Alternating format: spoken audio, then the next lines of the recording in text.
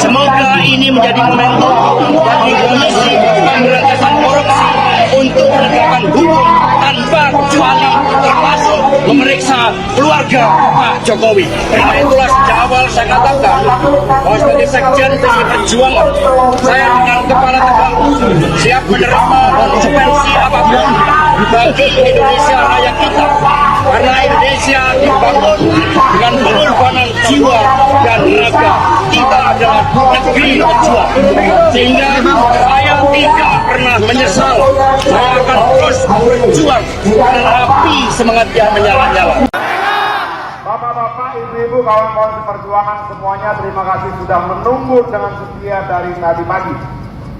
Tentunya ini menunjukkan pada Pak Sekjen kita bahwa dia tidak sendirian, bahwa dia tidak berjalan sendiri, dia tidak berjuang sendiri. Kehadiran kita siang hari tadi sampai malam ini adalah pesan pada ketua umum kita bahwa PDI Perjuangan tetap tidak sendirian. Kita tetap bisa bergandengan tangan. Bapak-bapak, ibu-ibu, peristiwa-peristiwa seperti ini sudah berkali-kali dialami oleh PDI Perjuangan. Kita pernah berkali-kali dihajar kiri dan dihajar kanan. Tapi pada ujungnya kita akan menangkan pertarungan ini. Sejarah sudah membuktikan berkali-kali. Kita dihajar kiri, dihajar kanan, jatuh bangun. Tapi di ujung sana kita selalu memenangkan pertarungan politik ini. Amin. Bapak-bapak, ibu-ibu, malam hari ini kita akan tunjukkan pada seluruh rakyat Indonesia, pada bapak-bapak polisi, pada KPK, bahwa kita adalah partai politik.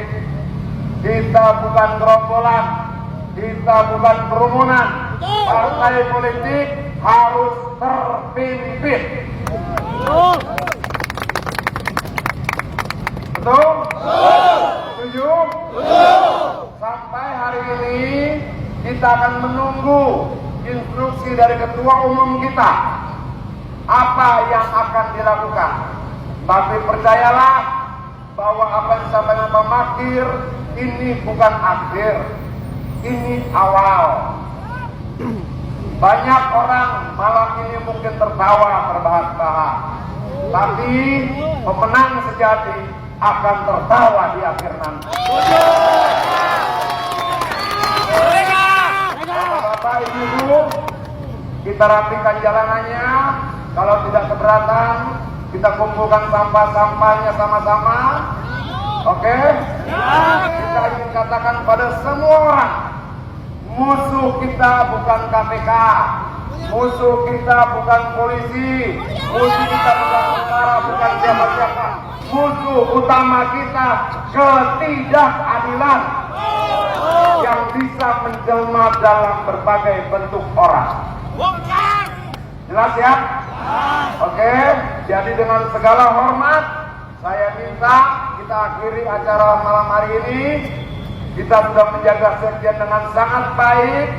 Dia tadi saya lihat sangat tegar dan dia katakan pada kami di sini, pada Mbak Ning dan sebagainya, sampaikan pada kader PDI Perjuangan tetap jaga untuk selalu hidup dalam mereka. Jadi bapak-bapak, ibu-ibu, pulang ke rumah, istirahat dan konsolidasikan barisan kita, rapatkan barisan, bangunkan semua banteng-banteng yang masih lelap tertidur, datangi rumah banteng-banteng yang terpencil sambil kita menunggu perintah ketua umum. Setuju? Oke, kembali lagi di channel KR 2045. Salam inspirasi, salam NKRI, harga mati. Tentu teman-teman tidak mengherankan lagi bagaimana situasi politik sekarang, dinamika adanya permainan-permainan. Pada saat ini kita dikatakan bahwasanya Indonesia gelap dalam kepemimpinan Prabowo Subianto sebagai Presiden Republik Indonesia. Haston Kristianto sebagai Sekjen Jenderal Partai PDP kini sudah ditetapkan sebagai tersangka, sudah ditahan oleh KPK KPK. Dan Haston memberi pesan terhadap KPK agar keluarga Mulyono atau Jokowi diperiksa segera. Tentu ada yang janggal, ada sesuatu di balik tersangkanya Haston Kristianto tersebut, bahwasanya, dan kita bisa lihat ekspresi dari Haston bahwasanya dia sangat tegas mengatakan agar keluarga Mulyono segera diperiksa dan segera ditangkap oleh KPK. Tentu dari kader-kader partai PDIP pun sudah turun ke jalan untuk membela sekretaris mereka, yaitu Haston Kristianto tersebut. Kita bisa lihat bagaimana situasi politik saat ini, kita bisa lihat bagaimana kacaunya Republik Indonesia ini. Tentu kita sebagai masyarakat pun perlu tenang untuk menghadapi situasi sekarang ini. Apapun yang terjadi, itu adalah permainan atau dinamika mereka di sana, teman-teman. Tentu Bu Megawati juga sudah turun tangan sebagai Ketua Umum Partai PDIP. Kita sebagai masyarakat, kita akan mendengarkan informasi selanjutnya.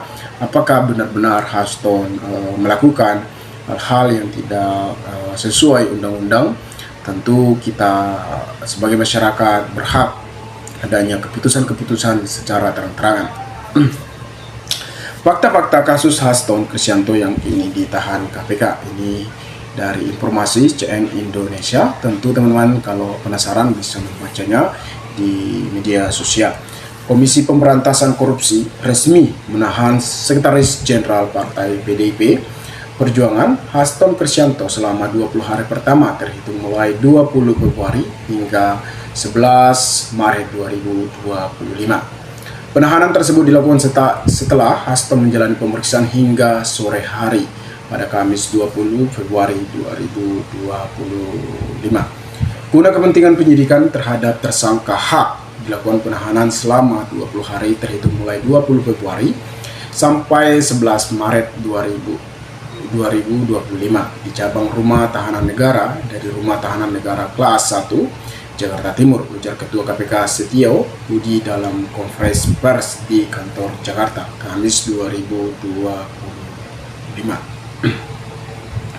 Sprindik OJ, penahanan terhadap Haston menggunakan surat perintah penyidikan nomor 152 /dik 00101/12/2024 tanggal 23 Desember 2024 tentang perintah penyidikan atau obstruksi of justice.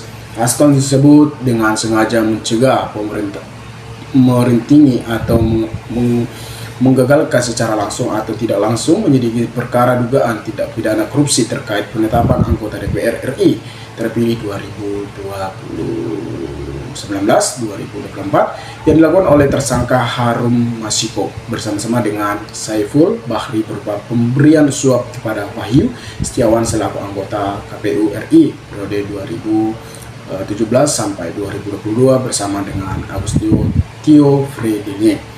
Tentu teman, kalau kita lihat nilai-nilai KPK ini, kenapa di tahun 2025 ini baru Haston tersangkanya? Apakah adanya permainan-permainan di sana?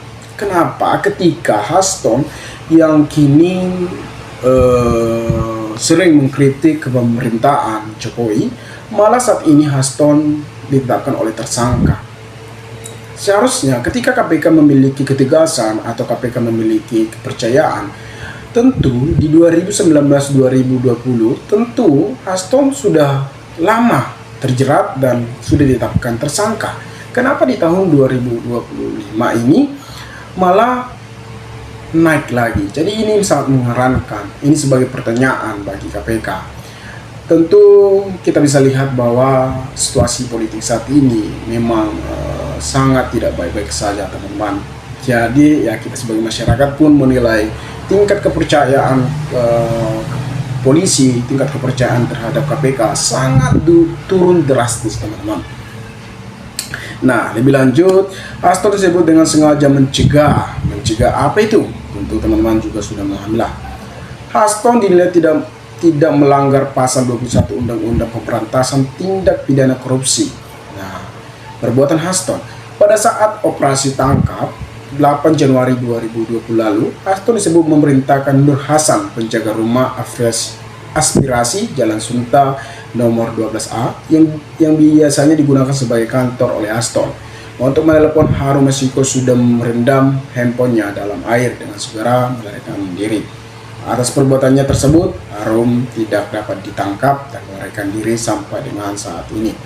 Sementara 6 Juni 2024, sebelum Haston diperiksa sebagai saksi oleh KPK, ia disebut memerintahkan stafnya yang bernama Kusnadi untuk menenggelamkan handphone yang dalam penguasaan Kusnadi agar tidak ditemukan oleh KPK, di mana terdapat substansi yang berkaitan dengan pelarian Harun yang perkaranya juga sedang ditangani.